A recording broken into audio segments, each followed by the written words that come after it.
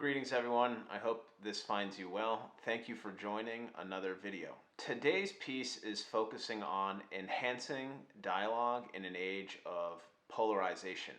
And I want to specifically focus on this sociological theme of safe space.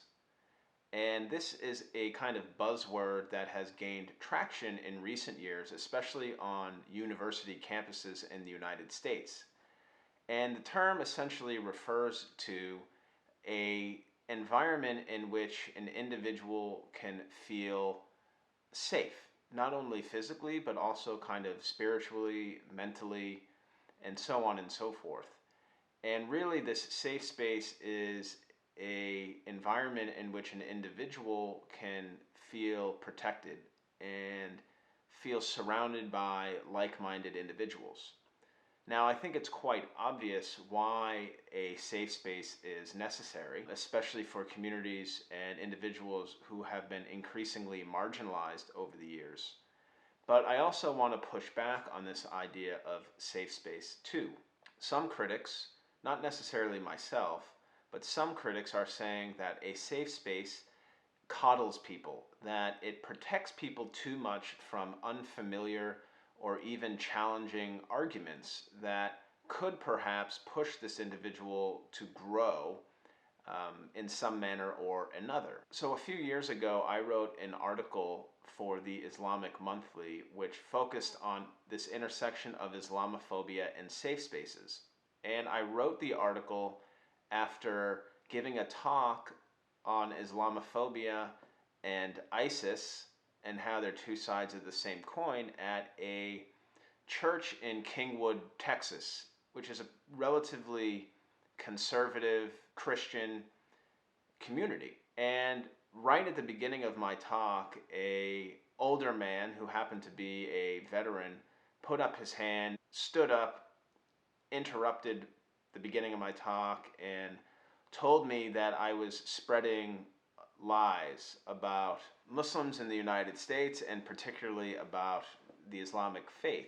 And one argument that he made was that there are so-called no-go zones in the United States in which Muslims were patrolling. So a no-go zone is literally like a neighborhood or, a collection of communities in a given area that don't allow in certain people if they don't kind of fit the mold of a given community. So in light of Islamophobia, there's this fake news argument that there are Sharia no-go zones, that certain Muslim communities in this country and indeed around the world do not abide by the laws of local governments, the state, or even this country, and they instead abide by this kind of Sharia law that oppresses anyone who isn't a Muslim or the right kind of Muslim.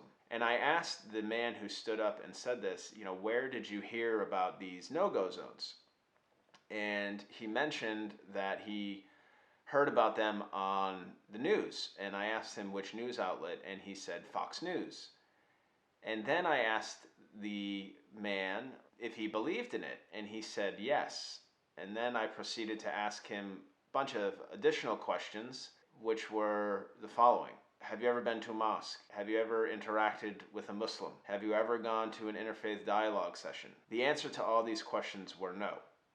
And it got me thinking more critically about how individuals that hold anti-Muslim sentiments, or perhaps feelings that bring this sentiment into a different territory, like, outright racism. But how do people develop these ideas? I'm going to argue here today that this idea of a safe space is not merely a sociological concept or process that plays out on the liberal Western campuses. Safe spaces also apply to individuals who we might refer to as Islamophobes. So safe space, let me be clear with how I define this term.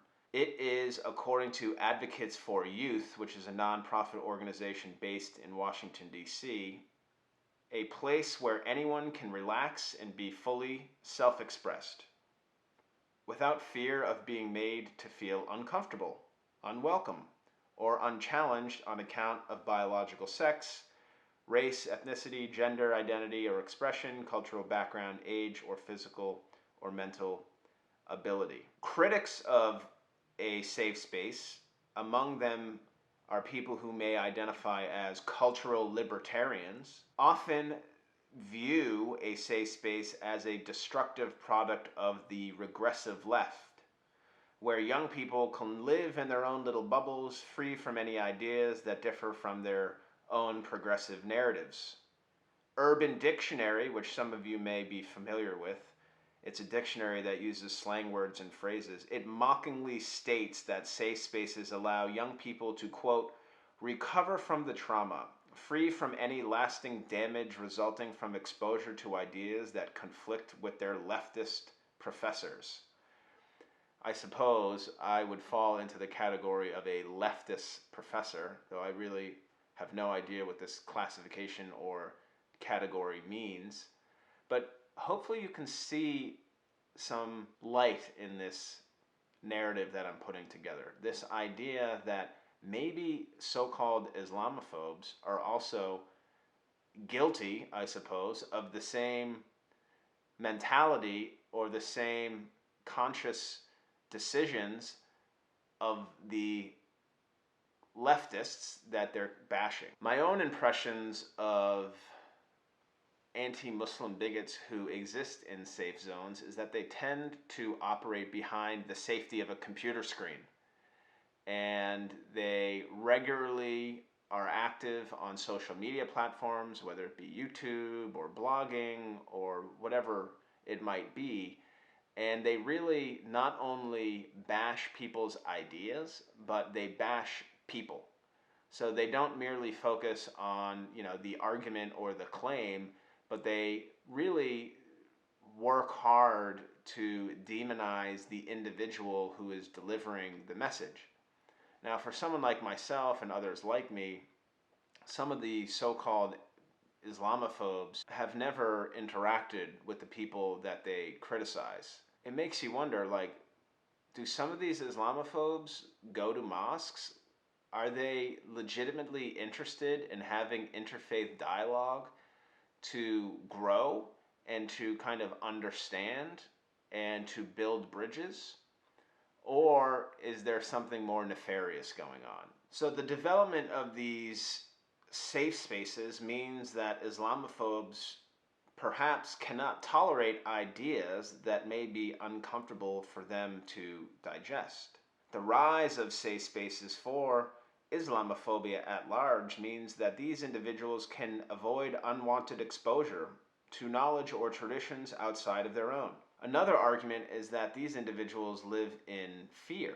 And I'll give you an example. Last year at the Islamic Society of North America's annual convention in Houston, a group of, let's call them Islamophobes, camped outside of the convention center here in Houston with their AR-15s and all their guns, basically saying, Muslims are evil and they have no place in American society and that Islam is awful and all of these things that everyone's familiar with.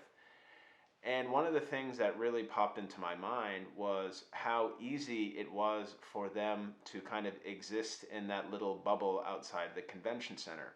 It's very safe for them. Obviously they have guns, so their physical safety, is taken care of. But I was thinking at the time how much easier it is for them to just kind of sit out there, hide behind their gun and their signs, versus actually walking into the convention center, ideally without the guns, but engaging in conversations with people and potentially changing their mindset and their views. To me, that is a lot more difficult. That inner fundamental transformation of hearts and minds, that's not easy work. It makes people, or perhaps it forces people to be humble, to be unbiased, to let people and other systems of knowledge into one's mind and into one's heart. For me, that's really hard work. And safe spaces don't always necessarily offer these things. So ultimately, really what I'm arguing here is that safe spaces for Islamophobia, and perhaps safe spaces in general, are a lousy alternative to dialogue and civic engagement. I personally am confident that Islamophobes, and I know that's not the best term here, but I'm using it anyways, can learn to respect Muslims while maintaining their criticism of the Islamic faith. Living in an echo chamber will only lead to more polarization, and that is certainly detrimental to the well-being of the United States and our communities. Now again, let me be clear. I know this position may seem a bit harsh and critical of safe space, but I'm not saying that safe spaces are not valued or important. That's not what I think, and that's not what I'm arguing. I do believe they have their place, but I also believe that they can reproduce the status quo. They can prevent us from engaging with one another, of having really difficult conversations that can help us grow, not only as members of a given society or community, but as human beings. So my question for you is quite broad. How do you feel about some of the arguments that I've laid out here? That perhaps one of the reasons why Islamophobia is rampant is because people who hold anti-Muslim views or sentiments are people who live in so-called safe spaces. And feel free, in addition to that question, to reflect on safe spaces in general. And let me also remind viewers that this notion of safe space also plays out within religious communities, racial, ethnic, or various types of communities. This idea of needing a safe space is something that members of a given religious community need even within their own religious community. So there you have it, some interesting ideas to play around with. This popular buzzword of safe space, how does it relate to some of the concepts that we've been developing here over the last couple weeks? Please do keep me posted. Love to hear your thoughts.